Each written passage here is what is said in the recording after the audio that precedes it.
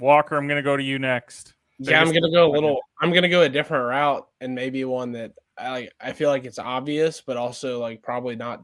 It has been talked about, but it's kind of been let go. The Texas A&M football team, like preseason ranks number 6 in the country, and then not only that, but they won less games than they were initially ranked. Like as far as than their initial ranking in the country, they went 5-7. That's nuts. After being a top 7 preseason team. Off of the number 1 recruiting class in the country. And like, I know recruiting classes take years to kind of develop or whatever, but they were probably one of the 5 most talented teams in all of college football.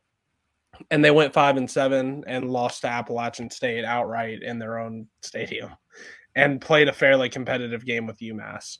So for me, like, to be a brand of that size and to have that much talent, you cannot start October and lose to Mississippi State, Alabama, South Carolina, Ole Miss, Florida, and Auburn all in a row. That just is something that cannot happen, especially when Auburn was being coached by a running back who was a glorified cheerleader. So, wow, for me, that's the biggest sports disappointment of the year as far as underachieving expectations. That one felt personal.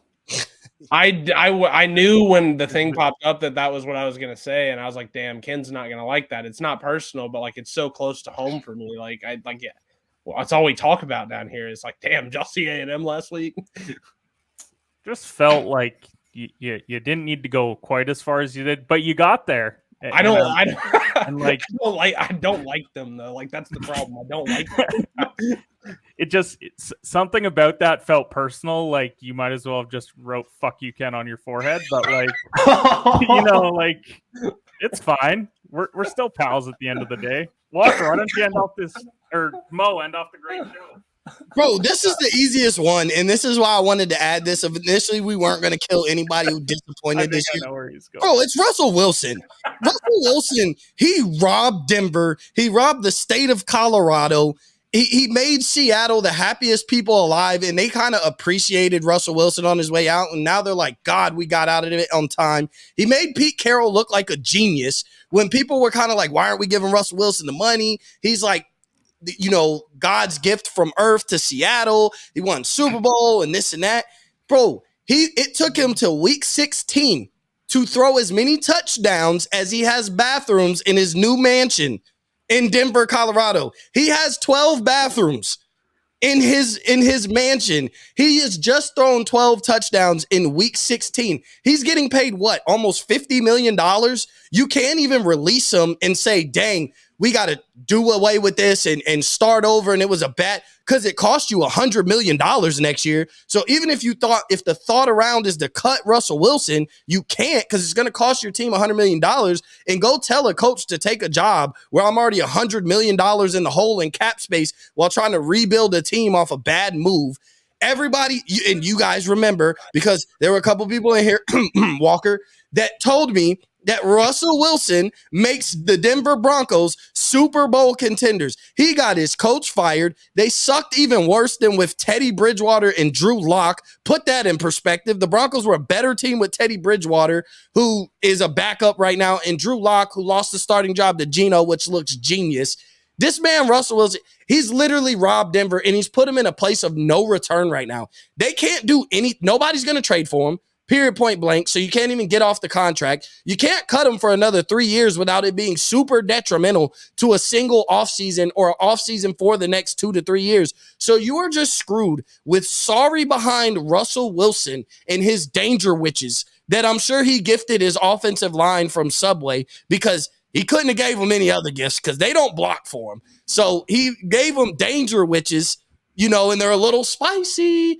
And he made himself cornball of the year on top of that. How are you so bad? And you are cornball of the year with your cringy Subway commercials and your cringy Faith Family football playing rock and roll and stuff and your crappy commercials that you're in. You literally are just the worst dude of 2022. And I don't think there's no bouncing back from it. Russell Wilson was disrespected by other teams. The Broncos country, let's ride, became the biggest joke ever after teams were beating Denver. Ravens country, let's ride, and this and that. Justin Tucker, a kicker, is clowning you when you were a $50 million quarterback. Bro, you're terrible. You're the biggest disappointment, and it's just the only thing you have going for you is that you got a beautiful family. Other than that, your life for the next 5 years is going to suck because the whole fan base, 2 fan bases are now going to hate you because they're appreciative that they got away from you. And this fan base is going to hate you for the next few years. Your teammates hate you. You got your coach fired. No coach, every coach who wants to apply for the Broncos job and takes an interview is going to have to contemplate whether he can fix Russell Wilson. You're going to sit in the interview process and be asked, do you think you can fix Russell Wilson? If the answer is maybe or no, then you're not getting the job anyway. So whoever gets this job is going to be attached to Russell Wilson, and the success and possibility of ever getting another NFL job is on the back of Russell Wilson. You messed up so many people in your life, around your life, and people who just watch your life on the football field. Yes, he's the biggest disappointment. Sorry, Russell Wilson, but you did it to yourself. So, Walker, I just want to take this moment to felt personal, right? You can. I want to apologize to you, Walker. That was premature. Mo still had to go. Wow.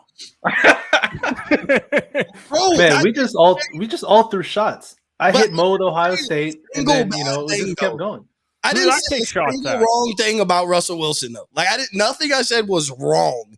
I just brought light to how bad of a year he's had.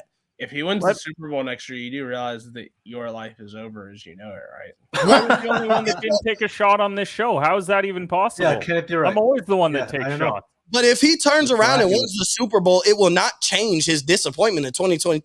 This year happened regardless of what success he has. He could have 3 years of Super Bowls. 2022 still happened. This will not be a bad take years from now because we only talked about 2022.